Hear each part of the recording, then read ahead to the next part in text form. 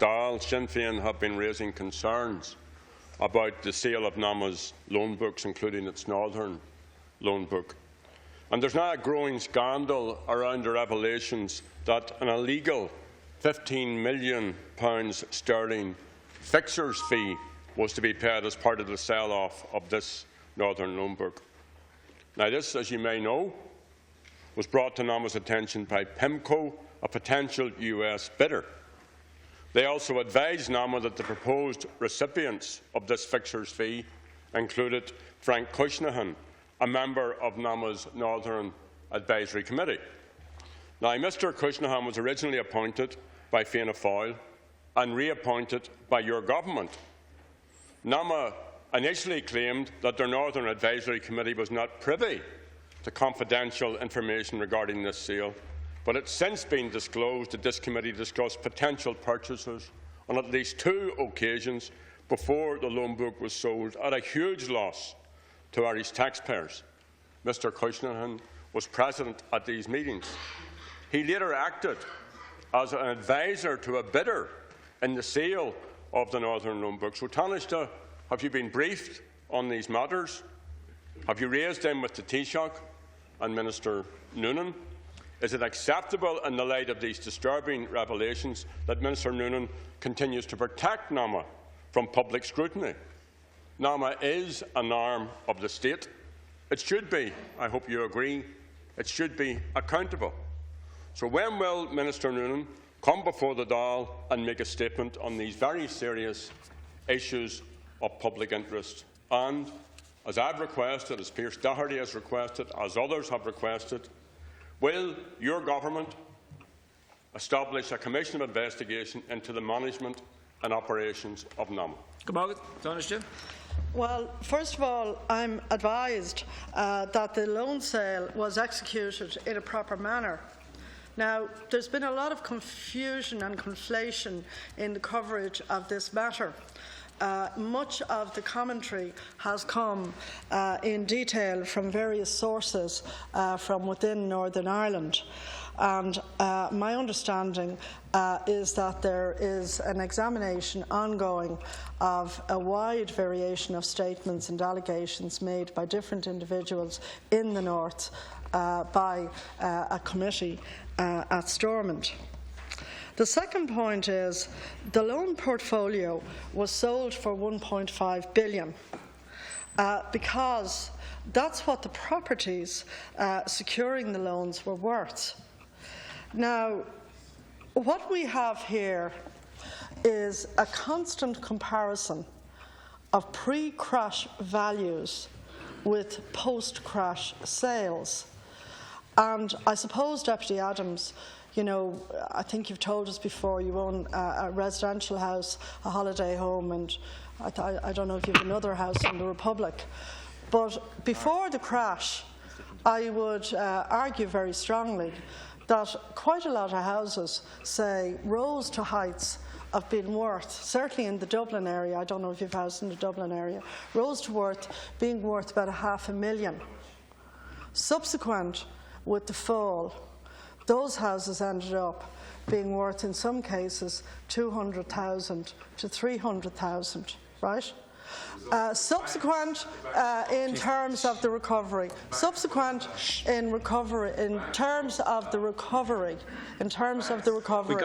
there was an improvement. There was an improvement in those values.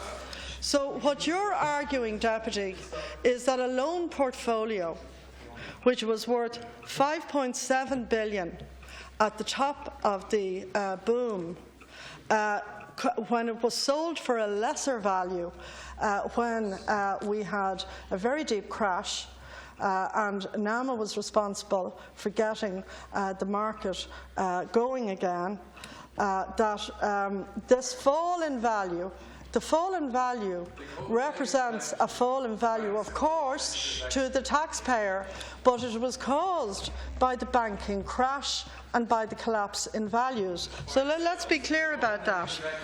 So the pre-crash value doesn't have a particular reference other than perhaps great regret that the fall was indeed so great and so substantial. NAMA paid no monies. And they had no relationship with any party on the loan sale against whom allegations of wrongdoing are now being made. So the loan portfolio was sold after an open process to the highest bidder for what it was worth. And as I said, attempting to put NAMA into what is a very complicated northern tale is not actually necessarily, I would say, giving us, Deputy Adams, the full picture.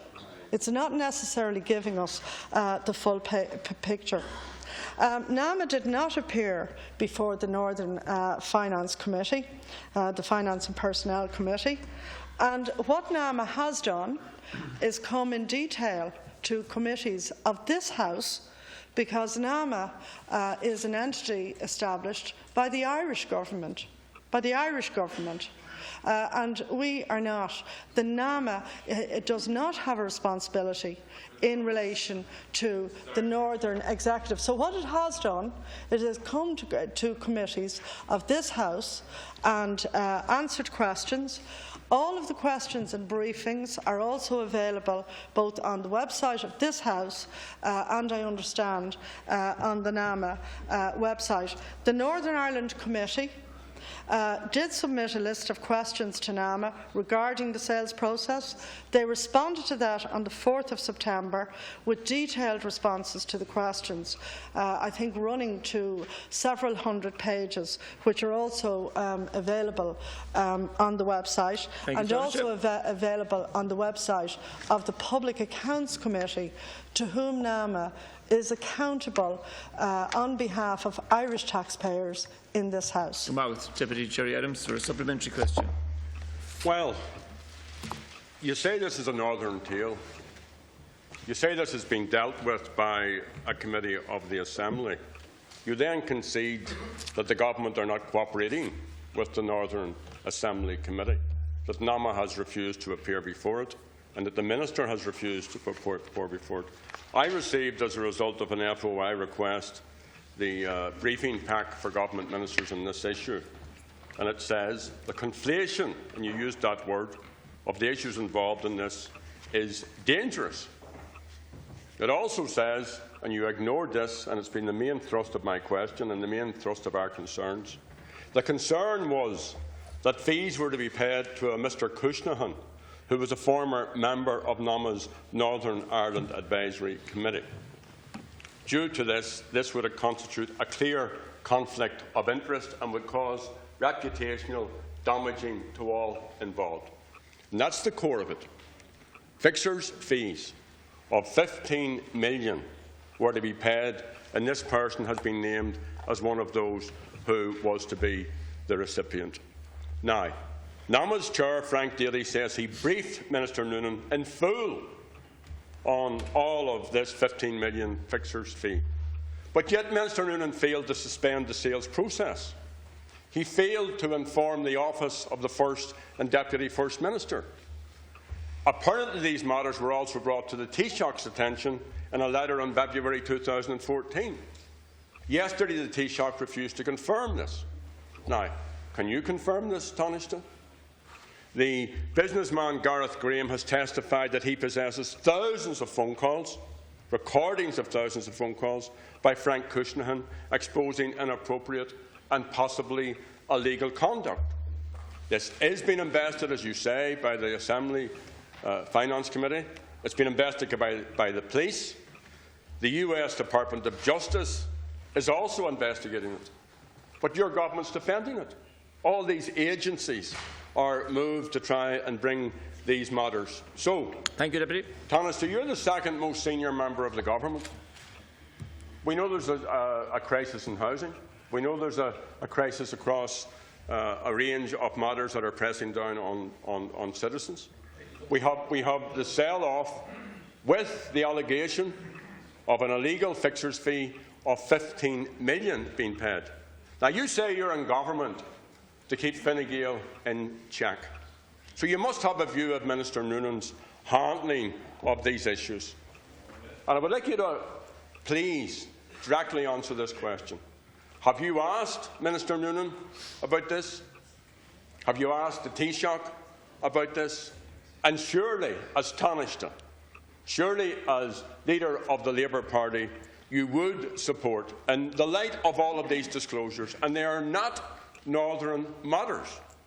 NAMA is a national, as it says, body. This is taxpayers' money. These loans are being sold off, and there's enough evidence here to justify a series of investigations.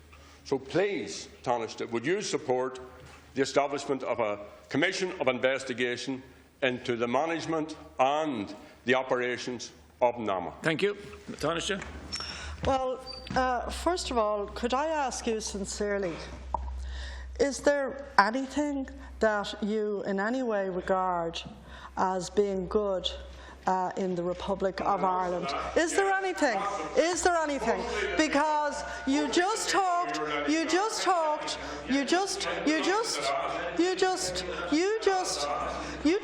told us previously that you didn't need to know about economics, and then I noticed the other day you did an interview where you said actually you knew loads about economics. I suspect you also know